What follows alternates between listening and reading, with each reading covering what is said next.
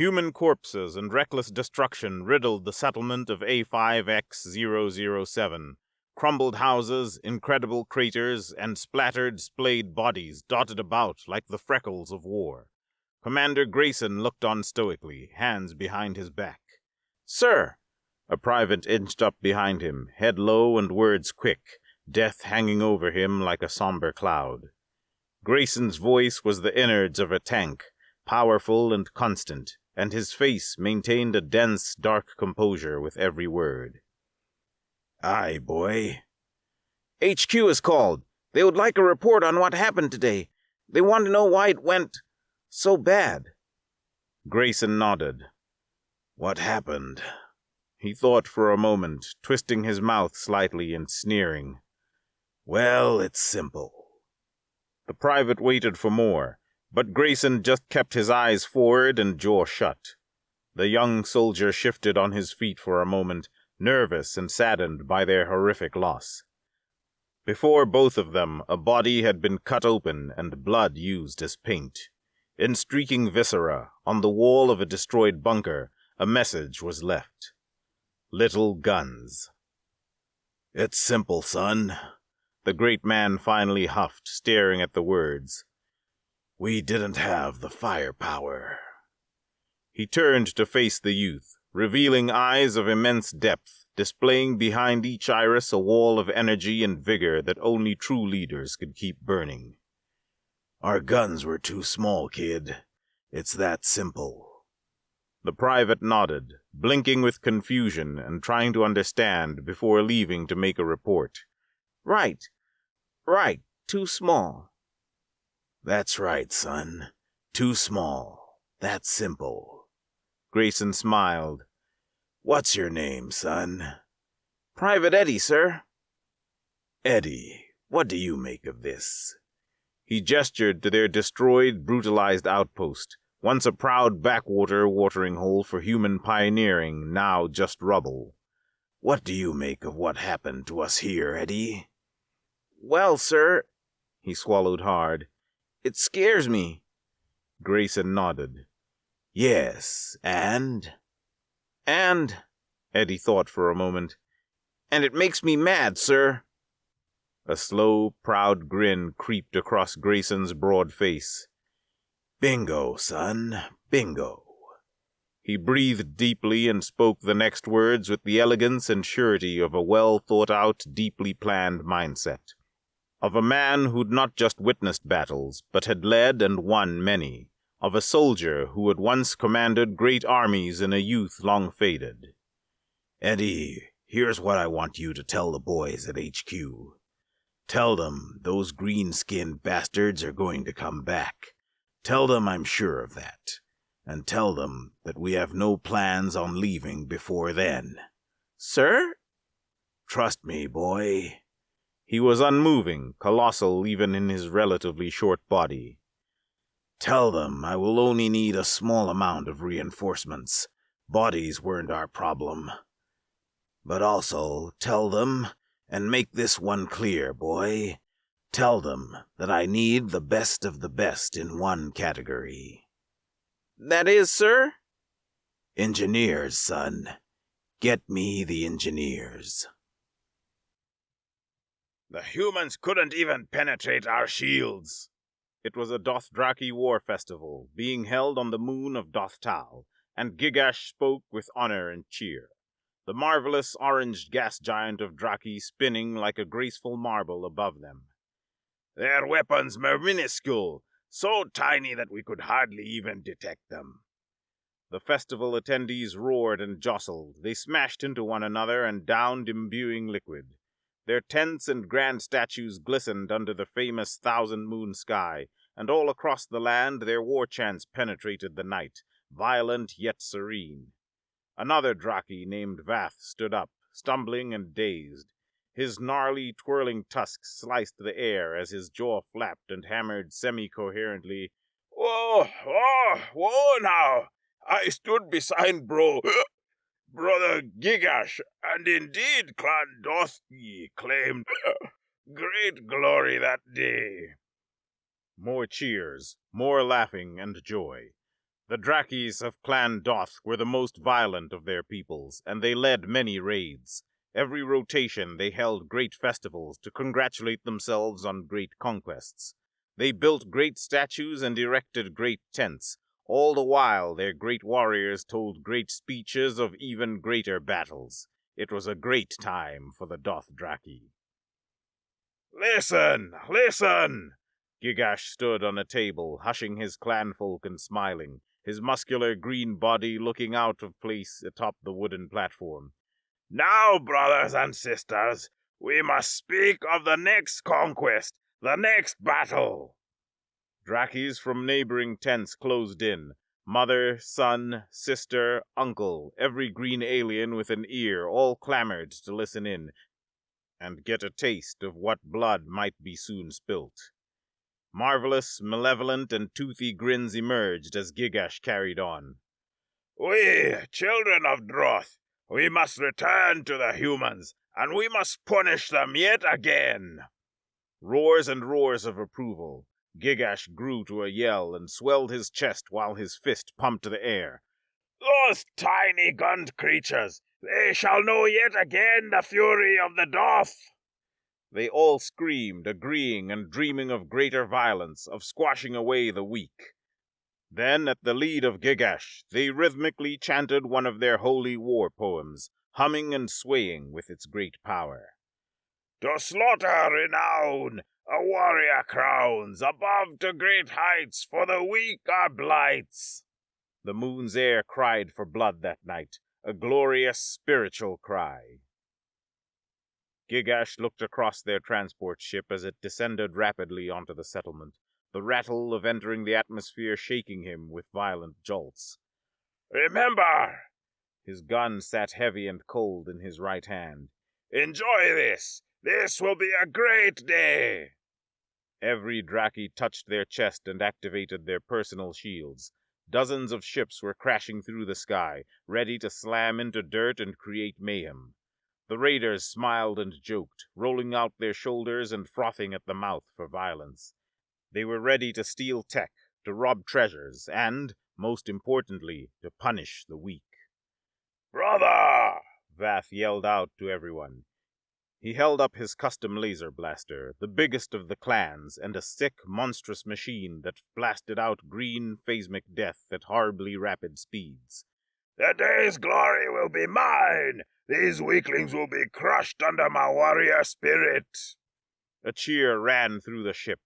Gigash smiled, grabbing on tightly to the steel rails beside him. They were approaching quickly, almost to the surface now. The heat of ground-level temperature started to build, and already blaster noises could be heard, screams and explosions. His chest pumped, his eyes focused. It was a time for glorious, awesome battle. The ship slammed into the ground. In front of them, the bay door crashed open, revealing tornadoes of dust, flashing gunfire, and running Draki. "Off!" Gigash yelled, following behind his troop. Vath stepped out first, screaming in ecstasy and blasting his prized gun into the sky. "Your death has finally come! Now meet me, the destroyer of all!" A streaking red bullet flew out from the murky sky and tore straight through his shield, cutting into his massive chest and breaking him open like an urn dropped from a table. He collapsed to the ground in a scattering of viscera and debris. Gigash yelled with fury and confusion. "Brother Vath!" Another bullet exploded out from the dusty air and drilled into his shoulder, throwing him to the dirt with a thumping punch. "Gah!" He gripped his shoulder, looking around and not seeing the same battle as last time. Now their shields were being easily penetrated, and all over the landing zone Drakis were being repelled. Before they had just marched forward, invulnerable to any real damage. Now they were taking defensive positions, hiding behind walls of dirt and approaching in close, calculated formations. Now it was a battle. Gigash smiled. "All right, humans." He rolled to his chest and crawled towards a little enclave before him. "Let it be battle, then." The field raged with violence. The humans called down large, devastating artillery strikes, often scattering the Draki and opening them up to more fire. The Draki replied with their own strikes, called from strafing, diving ships that waited above the atmosphere. Firepower was met with firepower, and slowly, steadily, the Draki worked their way forward. They reached one bunker, and then the next. They tore through one building, and then another, and another, finding little treasures and much battle. After 3 days of bloodshed, the Draki finally returned to their ships and departed. It was a fighting departure, the humans not letting up for one moment the entire time. Out of planetary influence, their ships rejoined their main attack carrier, called a moon shard by the Draki, and reconvened in a war chamber. Gigash was still caked in blood, some his own, some his friends, and some the humans'. His shoulder was patched, but all across his body there were many more scars, more cuts and holes. Well, dozens sat around a large circular table painted to match the orange beauty of planet Draki. That was different. Everyone was injured. All had seen hard battle. A war maiden named Zaleth spoke up, her braided hair in a great mess behind her. That was not the humans of last time. She rubbed her shoulder. They broke our shields. Yes, a Draki from the neighboring clan Eth had joined them for the attack, his tusks painted black and much larger than the Doth, as was normal of the Eth Draki. This was not a raid. No, it was not. Gigash was brooding under his brow, anger and pride swelling into a concoction of hatred. His jaw clenched as everyone looked towards him, awaiting the raid leader to claim the official result. We have still captured great treasure and killed many humans. This was a victory, but a tough victory. Nods and grunts circled the table. But Gigash tightened his fist, placing it carefully before him. We cannot let these humans think they have us. No more raids now. We must show these weaklings what the Droth Draki really are. We shall have a moon council, and bring together the entire force of the Droth, and many other clans of the Draki. We shall not come back to raid this outpost, but shall return with a lunar army and destroy them. They all cheered and gave another poem. Upon a sky away, our moons protect our stay. The fight in blood we make, a wrath reap to all. The same horizon as before, the same mayhem, bloodshed, and the same terrible tragedy, except for one critical, awesome difference. There's almost an equal number of raiders dead. Eddie had been promoted to Grayson's aide-de-camp. HQ is hesitant to call it a victory, but they are proud, sir. Yes, it is not a victory.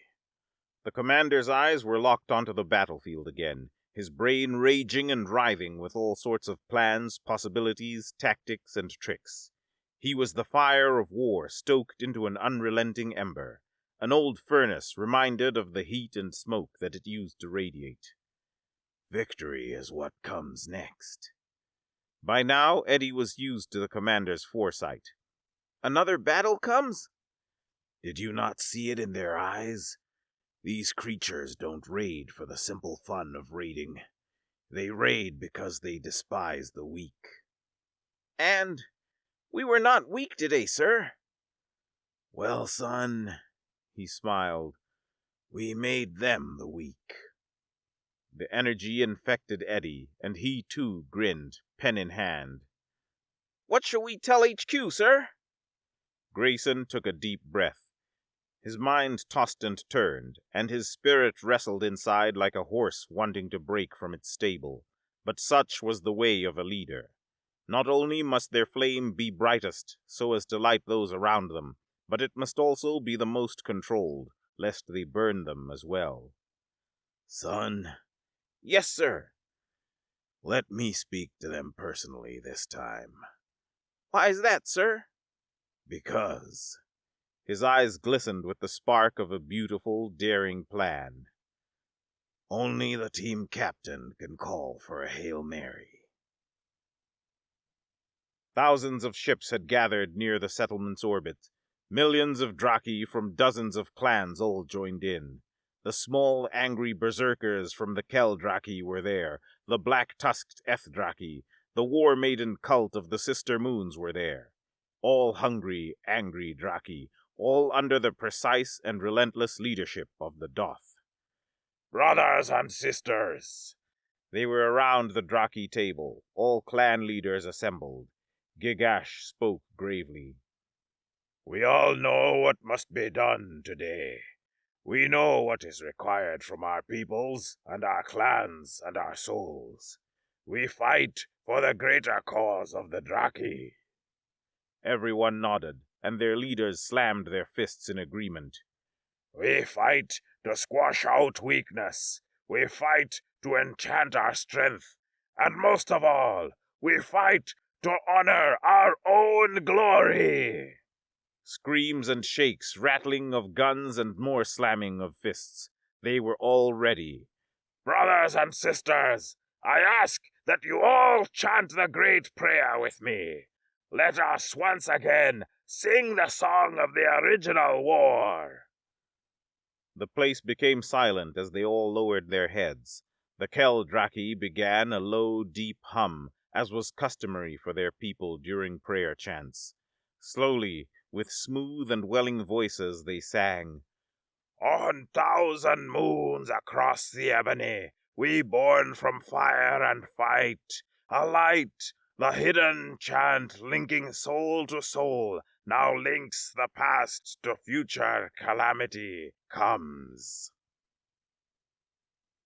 They boarded their individual transports, brave and humming, each one loaded in with a few dozen others, ready to smash into the planet and carry that holy calamity along their backs.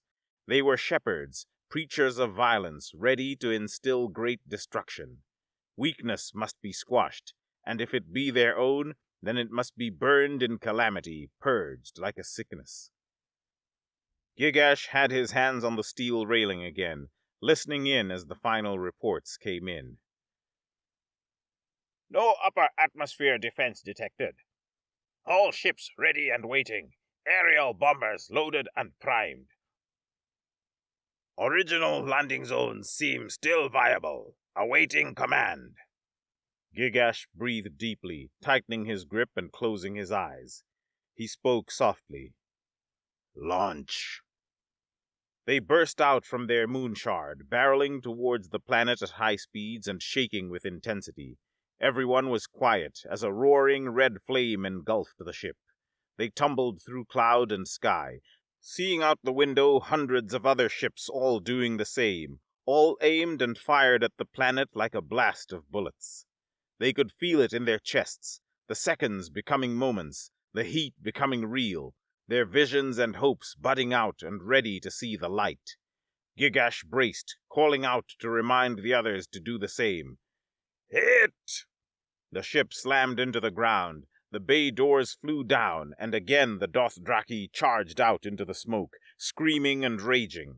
Yet as they tumbled out, as they looked and readied to fire and be fired at, there was nothing. More and more ships landed all around them, and all had the same reaction. They came out, some shooting already, but nothing returned fire. The base before them, the bunkers dotted around, the reinforced defensive houses. No one. Gigash walked around slowly, his finger still slightly on his trigger. What is this? Valeth came up beside him. Have they fled? Did they finally leave? No, he scowled, cautious. We detected signs of them just a few days ago. Signs of many of them. Why would that many flee? Because they saw the lunar army approach. She smiled and laughed, hitting him on the back. What smart creature would stick around for a multi-clan attack of the Draki? Brother Gigash! A soldier called out from across the field, waving the leader over towards him. Gigash, come here! Gigash ran over, sprinting in between the thousands of confused, wandering Draki. He came up on a large group of soldiers surrounding something, blocking his view by how tightly they packed in to see it. "Let me in," he pushed through. "Let me see this." They separated, revealing a small, lousy robot rolling back and forth on tracks. Its wires and internals were exposed and frayed, smashed and taped together with obvious carelessness. Its small, bobbing head could barely be held up by its pencil neck. It kept moving back and forth, looking at each one of them. Gigash shook his head. "What?" The robot suddenly looked at them and aimed a pathetic arm, yelling in a squeaky voice, "Bang!" They all jumped, some running away for a second, others ducking or hiding. But nothing happened. The robot just kept going forwards and backwards. "Bang! It yelled again, pointing its arm at another. Bang! Bang!" "What are you?" Gigash moved closer, right before the little thing, and towered over it. "Is this some trick?" "Little guns! Little guns!" It screeched. Gigash kicked it, sending it reeling in the other direction. "What does that mean? Where are they?" "Bigger gun! Bigger gun!" "What?" He charged closer. "What are you saying?" "Left for bigger gun! Bigger gun!" The other Draki laughed, kicking at the thing and trying to get it to say more funny phrases. Gigash blinked, looking down at the ground and trying to piece everything together. "Bigger gun?" He looked around the battlefield, everyone spread out, everyone in no position at all. Some had sat down, others were lazily moving through houses and bunkers, idly looking for anything interesting. Then, slowly, Gigash brought his eyes to the sky, looking at where their ship sat in the upper atmosphere, their lovely, gigantic moon shard. "Bigger guns." It clicked, but it was too late. A hollow, deep thumping sounded out across the battlefield. Suddenly, like the stars themselves were coming alive, the sky began populating with ships coming in from light speed. "Moons above," Gigash whispered. Cruisers shot into the night sky, one after another, until finally, with a resounding, shaking thump, a gigantic monolithic metal ship pounded out from space and halted just above the planet. It was monstrous, bigger than the moon shard, and armed to the teeth, and in great, proud letters across its side, the words USS Grayson could be read. It was named after one of humanity's greatest war heroes. Everyone was frozen. It was unbelievable, ungraspable. For a twinkling moment, a serious half-second, not a word nor breath was uttered. Nothing happened. No movement, no shooting, no anything. Just an instant of the world being a picture, a framed image of coming destruction. And everyone, Draki and human alike, took in the time to understand what was about to happen. Then, like the picture's paint starting to bleed off, the large ship's side became alight with small glowing flames of white. It was silent, not even the wind made a noise. Everyone just looked at noiseless lights. It was almost serene. Gigash screamed, "Incoming!" The world erupted. From a moment of peace, it twisted and became hell and all of her siblings. The lights were drop pods being launched, and in vicious explosions happening all about, the pods broke into the ground, and heavily armed, armored, and angry humans poured out, shooting and screaming as more and more came. Great streaks of shattering light tore out from the heavens, devastating the land and sending Draki flying apart in multiple pieces. More and more drop pods crashed in beside them, causing Draki to run and try to regather. Except in the direction with no drop pods, there was ship fire. They were being tossed and turned, split up and eaten alive. Their own tactics were being used against them. Their own violent, hellacious form of warfare had become their enemy. Gigash yelled and fired his gun, moving with other Drakis and trying to keep formation. Together! We must move! An explosion roared up right beside him, casting him high into the sky and slamming him back down with helpless, burning ease. His vision went dark and blurry as dirt and cinders settled beside him. Slowly, his ringing ears picked back up on the roars and screams, on the sound of desperate laser fire and relentless punching machine guns. He blinked, stretching out his legs to make sure they still worked. Above him, he could see a great battle in space. Pilots from both sides swirled and dive-bombed. They were mosquitoes from this distance, little fighting dots. The only things clear and discernible were the Grayson and the Moonshard. Two giant ships, two symbols of pride and power. From his back, Gigash squinted. He saw a little white dot appear to bud at the end of the Grayson. It blinked and swirled, growing as its glow turned into an ember.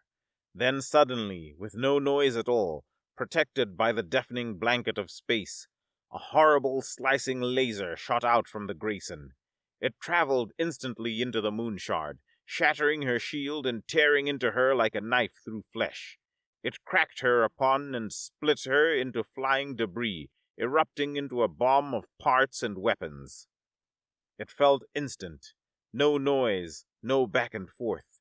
Just the Moonshard was there, proud and bright, and then she wasn't. It was just her corpse, her desecrated body floating with little direction or care. Gigash couldn't bring himself to get up. He just watched. He watched and he watched. Little gun! It was the robot, shot and torn apart beside him, but still trying to scoot around on trackless feet. Little gun! Gigash had no answer for the little robot. No air could arise from his lungs. Instead, he just closed his eyes. He let the darkness take him.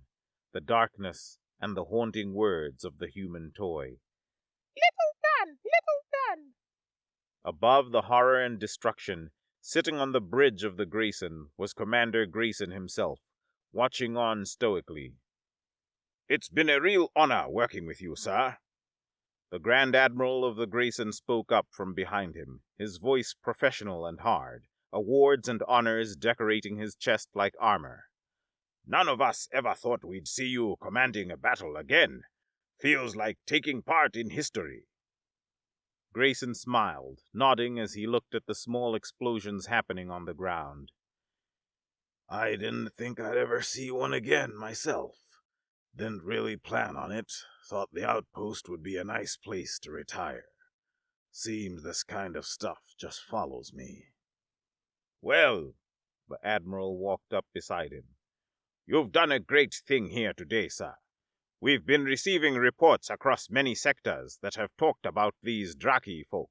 Apparently, they've always been a real problem for people, and no one has ever really been able to pin them down. No one until you, of course. Yeah, he rubbed his chin. They're tough things. Tell me, leader to leader, man to man, what's your trick? How do you always do it?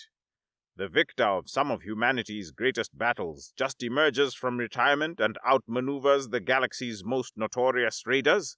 What is it? My trick? He knitted a brow, thinking and speaking slowly. It's simple. Aye? Yes, very simple. If they keep coming, then you keep building and bringing bigger guns. Aye, sir. The Admiral smiled, both men watching a victorious battle unfold before their eyes. I think that's right, sir. Yes, but that's not all that sentence means. We're children of the fighter's spirit, Admiral. All the bridge listened in as the venerable commander talked. We seem to forget that sometimes. We build bigger guns not because we want to fight more, or because we want to kill bigger things. No, we build bigger guns because we don't know how to quit. We don't know when to stop, when to give in, when to turn around. We're not the type of creatures to see something and say, well done, that's enough. That's not us. That's not humanity. We are, we will be, and we always were, the bold idiots of the galaxy, the daring stepchild of ambition. We don't know when to quit, and because of that, we've never stopped our pursuits of perfection and scale. He turned and looked at the bridge of starry-eyed soldiers. It's that simple, now. He began walking off, heading towards his personal transport ship, aide-de-camp Eddie following closely behind. If you all don't mind, I have a retirement to get back to. The outpost is going to need some real cleaning up after all of this, and quite frankly, I don't even think we have nearly enough mops and brooms for the job. He turned, departing, one last phrase before the door shut in front of him. Cleaning up is never simple.